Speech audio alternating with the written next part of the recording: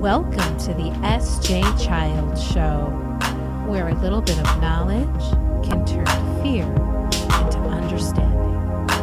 Enjoy the show.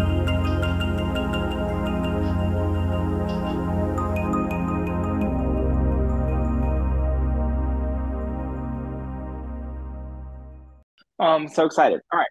Yeah, no worries. It's going to be great. Thank you so much for your time. And yeah, this is just, I don't know if you've heard even of my podcast, but it's Mhm. pretty organic and just kind of a natural conversation. So just kind of find out about you and go on from there. That sounds Yay. wonderful. Thank you. Okay, here we go. Thanks for joining the SJ Child Show today. I'm so honored and excited to have Danny Combs. Hopefully that's how you pronounce your last name, right, Combs? Yes. Thank you for getting it right. I get Yes. Coombs a lot, but it is Combs. Thank you. Oh, I it's appreciate so great to meet you. You know, I have to give kudos to Harri James O'Kelly, who it. connected me to you. Mhm. And she is such an amazing connector. And through that, we can find out about these incredible resources that are out there, especially for our autistic community. And I'm so excited for this conversation today. Let us know a Thanks. little bit about yourself, kind of where you started, and then we'll go from there. Well, that's a loaded question. Yeah, Just a right, little bit. right. However many years back you want to go. No. So, yeah, I always like to tell everybody the full story because it kind of frames, it's amazing how life ends up putting you exactly where you're supposed to be. So, I come from a background of tradesfolk. So, my great grandfather and grandfather and father worked in the trades. My great grandfather and grandfather in aerospace. And then my dad was a general contractor. So, you grew up, when I grew up doing that for free, essentially after school and weekends and all that kind of stuff. You kind of reject it. And so I decided to go to Nashville and become a musician, which is what I did. And it worked out okay. And did music professionally for over a decade in Nashville, which was pretty great.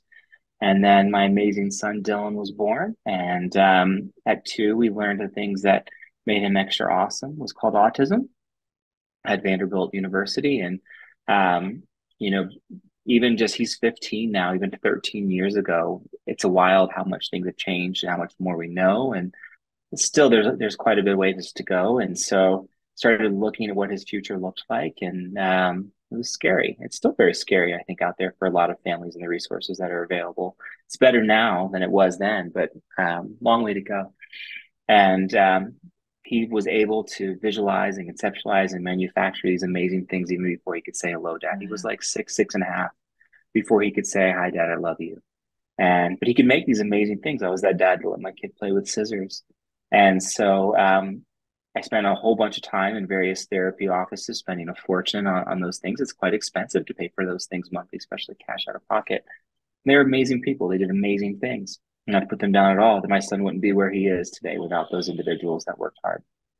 And all that time sitting in waiting rooms, talking to other parents, it was isolating. It was frightening. It was lonely.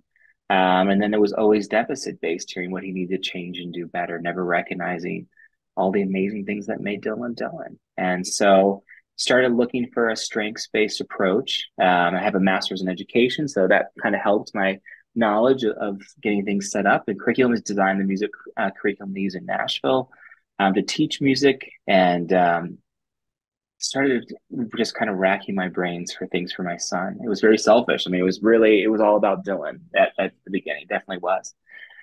And couldn't find anything like it at all. And had the chance to meet Dr. Temple Grandin and said, hey, I've got this idea. What do you think? And she was like, put down your guitar and go do it. And so I did. And so the joke is always, Temple told us to, She made you which do is it. yeah, she made us do. I love She's it. pretty proud of. She's pretty proud of that too. She's a friend, and now whenever I talk to her, she likes to remind me that she was the one that pushed me to do it. And it Love it. started out of a vintage truck. I'm a vintage car guy, so we started out of a '58 Chevy, and it's grown from driving around to churches and rec centers and libraries to, yeah, this our incredible 19,000 square foot facility. We serve hundreds of kids every year. 12 school districts send students to us, and we're leading the state of Colorado in transitioning autistic youth and young adults into employment, and not just employment, but careers. And I like to differentiate. There's a difference between a job and a career, and there's lots of great programs out doing, they're doing amazing things, not to put them down at all. Our community by and large has felt very siloed and atomized. It seems like we're at a really pivotal moment where a lot of us are starting to talk to each other, work together, and change the story of what's possible for our kids. So Mm. it's actually a pretty exciting time in a lot of ways, I find. Oh, A I lot further couldn't ahead agree. than Couldn't years ago, agree more. right? Yeah. No, and our son's 14, so we're literally right in Oh, you're right with us. Yeah, with you, yeah. and going through, and we did, diet changes at 4 years old. And was Oh, there yeah. gluten and dairy free things back then? Are you kidding me? No, like I No, had to make the most disgusting food for him. And here it, we are, and luckily, we it's so can. funny you say that. And I appreciate not to get on the stand, but I love to bring up that because my son's gluten free. Sounds like yours too. Yeah. And at the time, there didn't seem to be much literature about that. And so I started researching on, the internets and the interwebs, if you will, about that kind of stuff. And I talked to the doctors and they literally told me it was pseudoscience. Like their exact word, like there's nothing to document this. And so we ended up just trying the gluten-free diet. And Dylan's speech therapist at the time, we didn't tell them about it. We just started doing it. We're actually documenting his speech because he went to speech therapy and he still goes to speech therapy. And a month into it, they called his mom and I in and they said, "Hey, we have to ask you something." And this story gives me goosebumps every time I tell it. Have you all changed something? Because we're still doing the same thing we're doing, and Dylan's speech has more than doubled in a month. And we have no way to explain how he's seeing the progress that he's seeing. So it was like a great blind study, and they had it all graphed out. I mean, it gives me goosebumps. My hair I stand love up every it. time I saw it because it's worked for him. And I think still to this Absolutely. day, if he eats gluten, his speech really goes down quite a bit. I mean, it's interesting how that affects him in that way. And you're right, because like if you're on a road trip with kids and you're trying to get gluten free, especially over a decade ago, what do you got? Yeah. You know what I mean? Potato chips, here you Yeah, go. exactly. Right? Hoping for a grilled sandwich that you're scraping everything off of, and just here's a grilled chicken breast from whatever Yeah. restaurant, kind Yeah. of thing. So No, yeah. it was really, really tricky and really tough. And just like you, I was a medical paralegal before I was pregnant with Oh, DJ. And okay. so I did the same thing, researched so hard. And Oh when yeah. I found this protein imbalance with the dairy and the gluten and Hmm. realized this is impacting my son's speech and this is also impacting his incredible amount of stimming.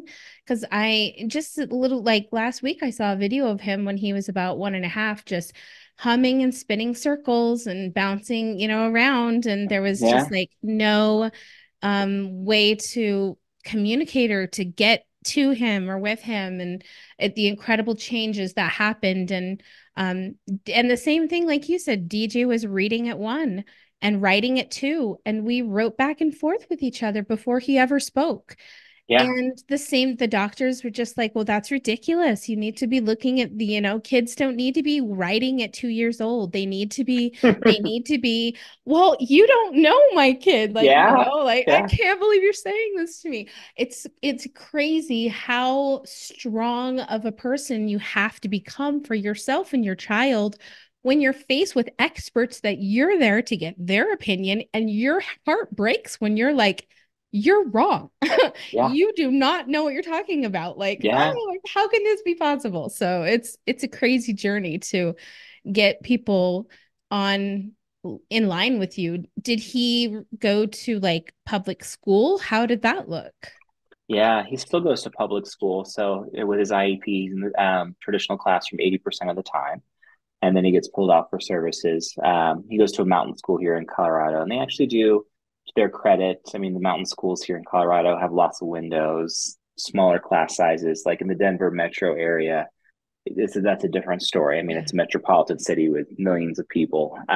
The rural environments, they don't have the same access to resources, but the actual space itself seems to be pretty good. And at least their team seems to be willing to listen. And just finding a team that is willing to listen rather than tell parents what they're quote doing wrong. And there's a lot of validity to that. I mean, they have a lot to share. So I mean, again, not to put them down at all, but being willing to know that, hey, maybe a parent knows their child, Yeah. and what does that look like? They might Yeah. have some advice on things that can support them to be successful. So Yeah. And I think yeah, that watching what you're doing and doing what I'm doing with my events and stuff and really sharing the narrative and letting autistics show up and speak their truths and say, hey, this is what it is like. This is what it was yeah, like when you didn't believe me, when the doctors said this, when whatever. And, we kept going. And now here I am, the, supermodel Rachel Barcelona, right? Like, come on. She was, non-speaking until after 5, and now she's on billboards in New York City.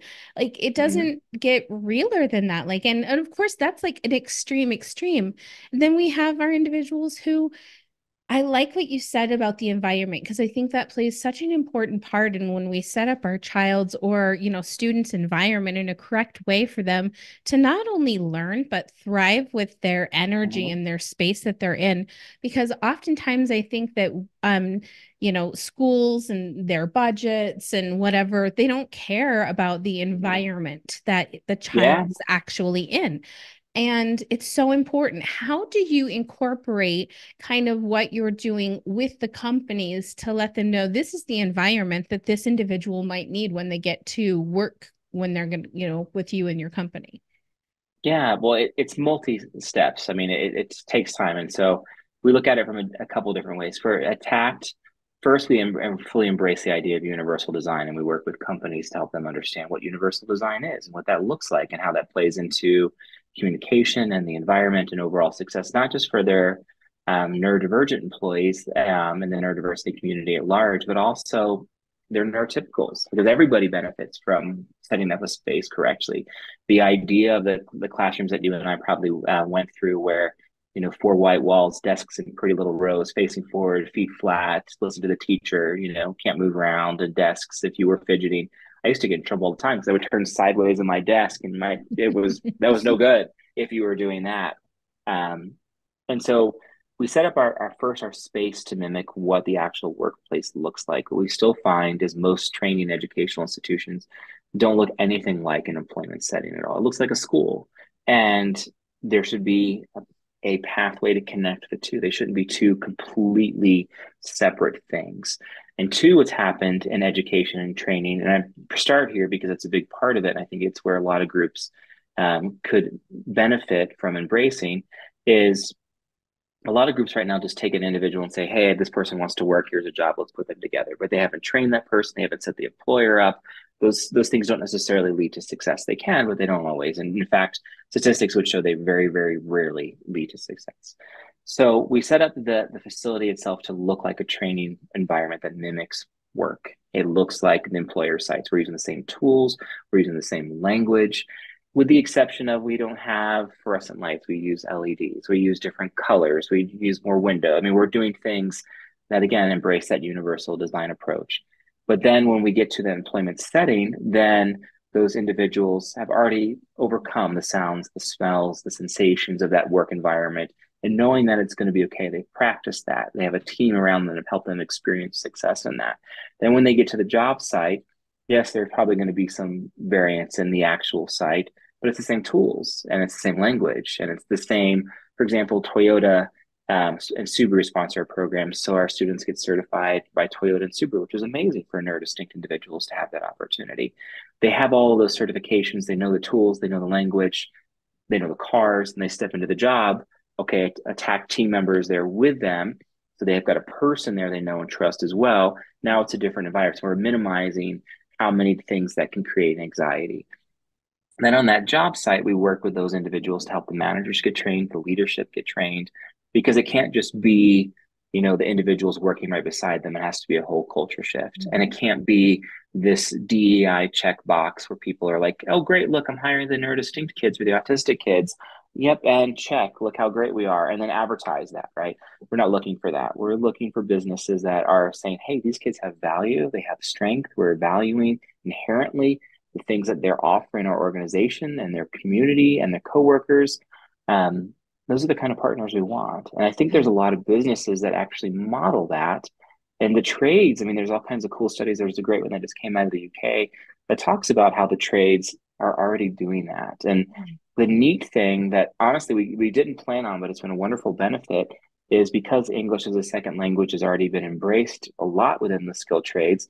They've already set up these beautiful task analyses, which anybody that has a child that is on the spectrum sees task analyses, hopefully in their educational setting, where it's laying things out in a way that provides opportunity and helps it differentiate for that individual. And so they already have this beautiful infrastructure in a lot of ways. Not perfect, but it's a further way ahead than a lot of groups that have already started in a lot of different industries. We found that to be successful so far. I love that too. I think that it's so important. I had a question. It bleeped out because I kept listening. So I love that. It'll come back. It'll come back to you like 30 minutes later. I We'll know, be out of right? the call. But, Exactly. oh, It'll that's come what I back. want to ask. Yeah. But I do love what you said about them overcoming. I know that's something Temple teaches a lot too, is overcoming those noises and sounds and sensations and senses and working with people and working with a team. And I love that you partner up to, lessen the amount of anxiety that's so important for all the individuals that are involved with doing it. Yeah, that's fantastic. What are your plans moving forward? What are some programs that you want to incorporate that you're thinking of? Yeah. Well, I'll come back to that if it's okay. But Temple's right. I think on that, again, we do that because it's holistic in the nature and the way that it teaches, right? A lot of times, everything in education is siloed, where it's math is separate from science, which is separate from physical education. And the trade is all of it together.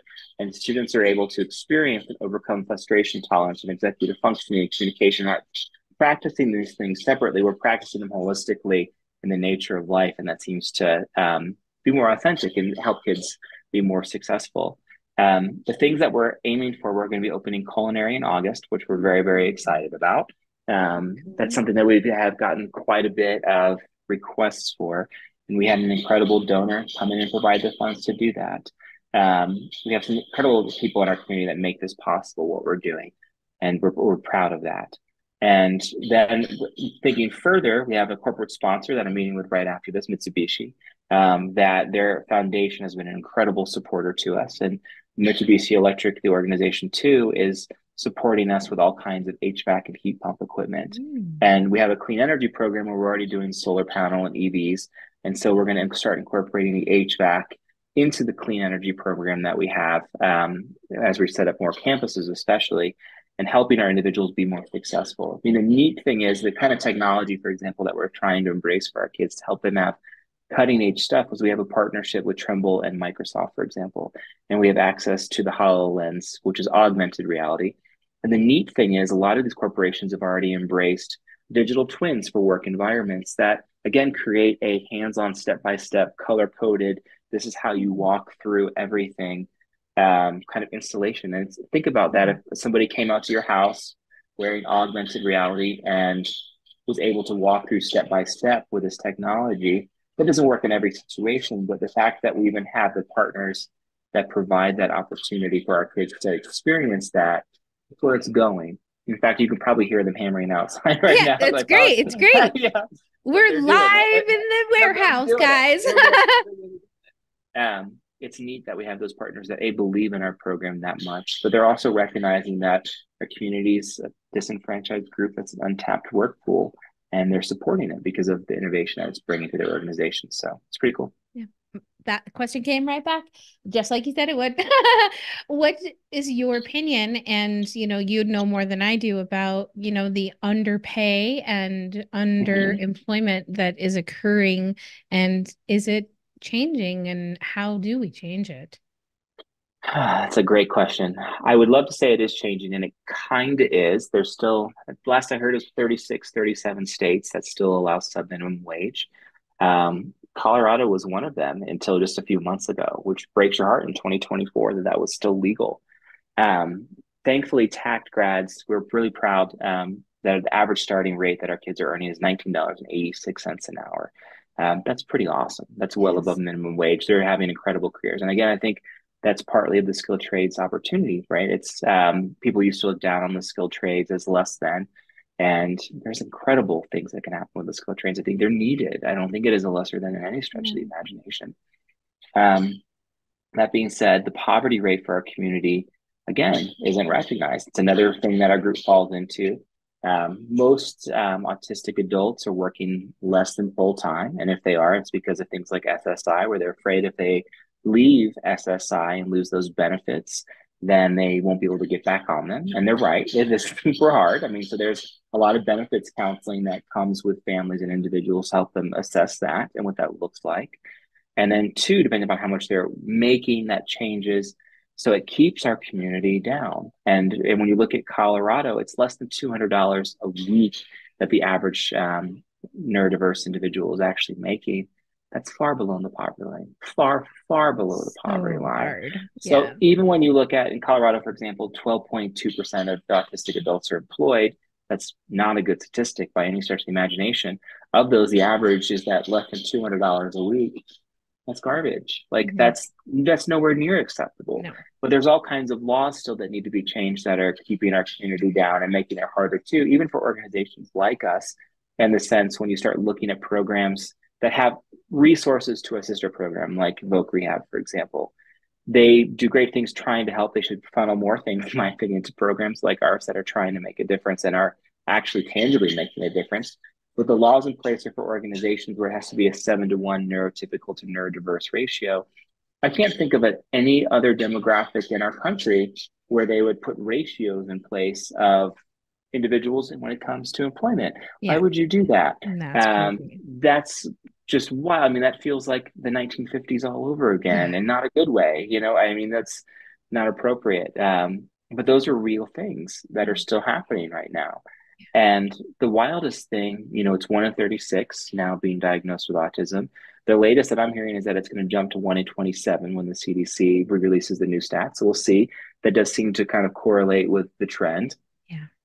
And at some point, I think individuals are going to have to wake up and recognize, hey, this is a big part of our community. I know somebody that's autistic. My friend is, my neighbor is, my son is, my dad is, whatever, because there's still so much of our community that's even masking and not even, letting them know. And then the burnout that comes with that because they're afraid to show it, especially in their workplace.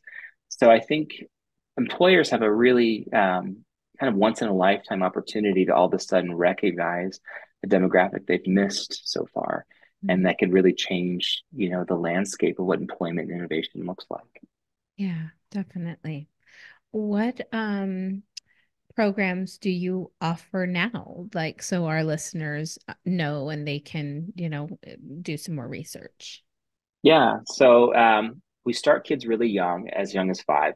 Obviously, we're not putting 5-year-olds on welding torches and table saws and under cars. That would be not the right thing to do, obviously. But we want kids to get excited about the idea of making and fixing things and working with their hands. So for the youngers, we offer all kinds of camps and workshops for their makerspace STEM type programs where individuals can come in and try things and see, hey, what is it like to fix something?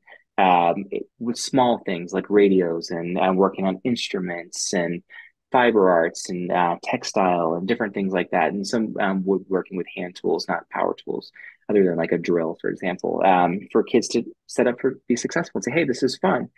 And then with those camps and workshops, we track all of that data so that it's kind of a self-fulfilling prophecy in the sense that as we record all that data, we have all of that. So when they get to that age of transition, they have, here's all the years that I've been working with this. This is something that I want to do. Because what happens now is an individual is supposed to have a transition pledge. It's logged. They should have it in place by 14. Only 54% of schools have anything like that. And that's, I think, being generous because if it is 54%, I would doubt very much that they're actually adhering to it. Mhm. And then with that, if they're going into a career rather than a college setting, then organizations like Medicaid and Voc Rehab, for example, can fund programs that are transitioning kids to employment. They like to have documentation because things can change, right? A child can one day be like, I want to be an architect or an archaeologist or a doctor or a firefighter or a carpenter, right? If there's documentation that hey, they've wanted and shown this for years, it increases the likelihood that those programs are going to fund that. It's not just a whim that, hey, today I want to be a firefighter, yesterday I wanted to be a doctor, tomorrow I want to be a mechanic kind of thing. So then we have our career tracks, which is our transition program. And that's kind of our meat and potatoes, like really working with individuals in that transition age to young adulthood. to, hey, what does a career look like? How can we set you up for success?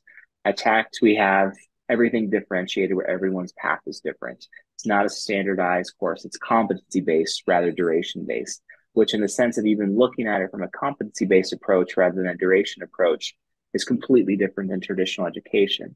For some reason, they've looked at things in the past like, okay, you're going to go to college and it's going to be 2 semesters a year times 4 years. So you're doing this, and this is how long it takes. Why? Why should that matter? Some of our kids can actually learn things so fast. Like you said, yours could write it too. Is the idea that they have to stay at a certain grade level, even though they're already past that, simply because of their age, as if it's a manufacture date? Why should that matter? Yeah. So, if our kids can achieve success faster, let's help them do that. And so we set it up Mm. like that. If they need more time and supports to be successful, let's give them that too. They shouldn't just be out because up you had 6 weeks to learn this, it didn't happen, and you're done. That's not how things should be set up. It sounds really simple, but it's a completely different shift from the last 7,500 years.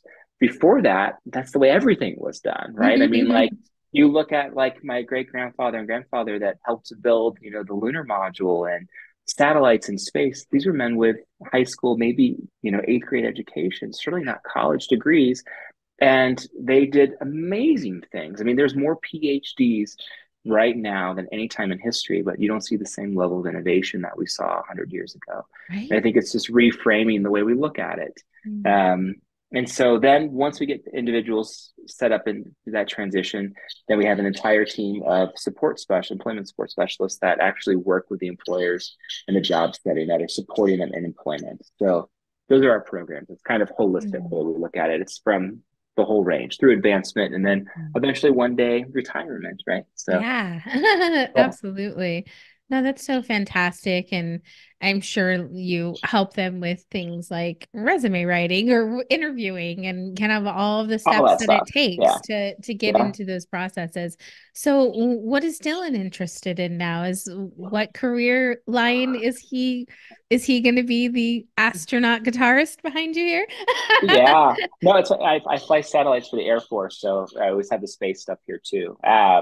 So that's just another thing. I don't talk about that one as much, but it's kind of a different part of the brain that I feel really fortunate to get to do that, which is really fun. So, I my goal for him, the dad goal, was that he would love working on cars and stuff as much as I do. He does not. He tolerates it. He's pretty good. He's very handy. His comes in the space of still the visualization, the manufacturing design. He can somehow see things in his mind and how they should look, and then he's working with the computers to design that. I could see him being an engineer or an Yeah. architect or a drafter, something like that. And despite like where it's just sitting and talking with Dylan, having that kind of communication, writing and texting, he's amazing. Like he'll text me or write me the most amazing things. So we live in a world now that those kind of tools are there, and where that actually really sets him up very well for success. And so I see him doing those kind of things. I'm excited to see where his mind leads because somehow how he's able to see how those things exist and taking it from 2 dimensional to 3 dimensional and scale it and make it. It's pretty amazing. Wow, Yeah. it sounds like Okay. it. I I love the creativity that comes from when you honor someone's space of passion and you can see their love and their creativity that comes from that. I think that's the best part about being an intentful parent, that you want to see your kids thrive. And so even though, like you said, might have not have been your dream for him not to work on cars, like you honor his space in what he's good at. And I think Mhm. that that's just a mindset that has come about and is still needs to completely take over. I think that that would be so phenomenal to see, parents be on board with really not having to recreate their childhood or recreate their things they didn't get to do, but more, honor what your child loves and what they're good at and what they feel wonderful doing. I think that that's so important. And I think that you're really doing that in creating this space for them to come to be a part of the world in a way that they've never been able to be a part of. Yeah. Well, thank you. I appreciate that. Mhm. Yeah. That being said, I Amazing. should say that since he's getting to the driving age, we've been doing a father-son project. We found an old car that we bought from a charity for $800 that hadn't run in like over a decade, and we've got it running. And yeah, it's still fun to have that father-son time. But yes, Absolutely. absolutely. Well, Does he want to drive? Is he excited about that stuff? he loves driving. He doesn't love driver's ed. Isn't that the truth? Yeah. Oh man, that's so great. Yeah. Well, I am so glad that we were able to get together today and have this amazing conversation. And I really support what you're doing. And just I if there's anything I can do to just get the good word out and just whatever I can do, send you connections. Otherwise, please let me know. Thank you And for sharing and thank you for yeah. helping others know about our program. We appreciate it. Yeah, and before we do go, please let people know how they can find out more about you and more about TACT and all the good stuff. Yeah, so our website is buildwithtact.org. So I'd encourage everybody to visit our website. And we're on LinkedIn and Facebook and the Twitter. And I think we're on the Twitter, or now X, isn't it called X now? And then also Instagram. But we try to showcase all of the things that our students are doing all the time, lots of pictures and videos and stuff, because our community is creating amazing things. Yeah. And is there a way we can support and donate and things like that? Is there a place for that on your website? There absolutely is. And I would like to point out too that of the clients that come here for our transition program, 98.6 or sorry, 98.5% of them are on a scholarship. So we're not that program that says, okay, only if parents are able to afford an expensive program can kids come here. We work really hard with foundations, grantors, folks that can hopefully donate after hearing this, businesses, all those kind of things to make scholarships possible for kids to come here. So we create millions of dollars for scholarships to kids to come to our program and actually get the same kind of equality of opportunity. So if they go to buildwithtact.org, there's a donate section on the top right. So we would really appreciate that. We need those kind of supports.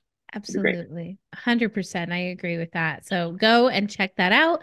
Thank you so much for your time today. It's been My so pleasure. wonderful getting to know you more. Thank you. I really appreciate it. Thank you so much. Absolutely. And we will definitely stay in touch. Sounds good.